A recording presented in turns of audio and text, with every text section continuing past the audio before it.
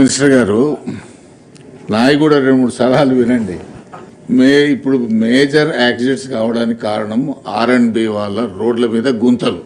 మేము జిల్లా మంత్రికి చెప్పారు ఒకసారి. ఆ మంత్రికి చెప్తారు, ఇది హౌస్ కాబట్టి చెప్తున్నాను. మేజర్గా రోడ్డు మీద ఉన్నటువంటి గుంతలు, ఎందుకంటే గుంత దగ్గర రాగానే వాడు సడన్ బ్రేక్ వేస్తాడు, వెనకోడు వచ్చి కొడతారు. తర్వాత చాలా వెహికల్స్ ఇల్లీగల్గా నడి రోడ్డు మీద ఆపేస్తున్నారు. దాంట్లో మీ ఆర్టీసీ బస్సులు ఉన్నాయి, లారీలు ఉన్నాయి. ఆగి ఉన్న లారీకే గుద్దుకొని చచ్చిపోయిన వాళ్ళే ఎక్కువ, ఆగి ఉన్న బస్సులను గుద్దుకొని చనిపోయిన వాళ్ళ సంఖ్య ఎక్కువ. మీరు సెన్సెస్ తీయండి. అదేవిధంగా సైరన్స్, ప్లేట్స్. సైరన్ అయితే ఎవరు రోడ్డు పెట్టుకుంటుండో ఎవరికి అర్థమైతే లేదు, ఎవరు ఇష్టానుసారం వాళ్ళు పెడుతున్నారు కార్లకు. చెప్తాం, మీ ఆర్టీఓలు, మీ వెహికల్ ఇన్స్పెక్టర్ల డ్యూటీ కూడా అది.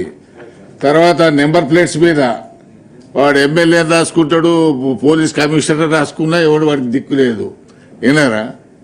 అందుకనే మీ డిపార్ట్మెంట్ చేయాల్సిన దాంట్లో కూడా మీరు ఎప్పుడు రోడ్ల మీద ఇన్స్పెక్షన్ చేస్తుంటారు కదా మీ వెహికల్ ఇన్స్పెక్టర్స్, అవి ఎందుకు పట్టించుకోవట్లేదు?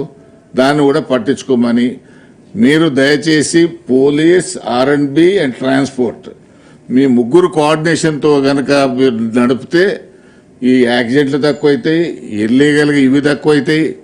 తర్వాత మల్కాపూర్ ఫిట్నెస్ సెంటర్ మీరు నేను కలిసి విజిట్ చేసినాం. ఇంతవరకు మళ్ళీ అది ప్లాన్లో రాలేదు, వర్కౌట్ కావట్లేదు. కేంద్ర ప్రభుత్వం 6-7 కోట్లు ఇచ్చి అప్పుడు తయారు చేసినటువంటిది యాస్టేజ్గా అన్యూజ్డ్గా ఉంది.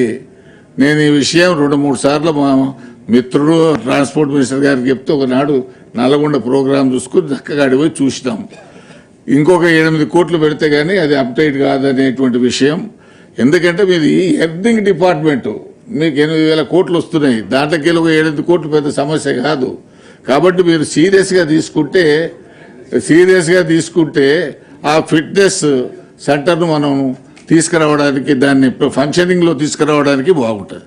తర్వాత స్లోగన్స్, వేగం కన్నా ప్రాణం మిన్న అనే స్లోగన్ కొన్ని దగ్గర బోర్డులు పెడతారు. అది చూస్తే ఆటోమేటిక్గా సైకలాజికల్గా మనిషి స్పీడ్ తగ్గుతుంది.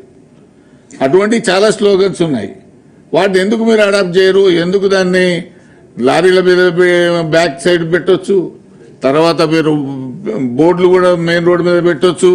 అది మీరు పెడతారా, R&B పెడతారా, పోలీసు పెడతారా? మీరు అందరు కూర్చొని దాని మీద నిర్ణయం తీసుకోవాలని చెప్పి నేను ఈ సందర్భంగా కోరుతున్నాను.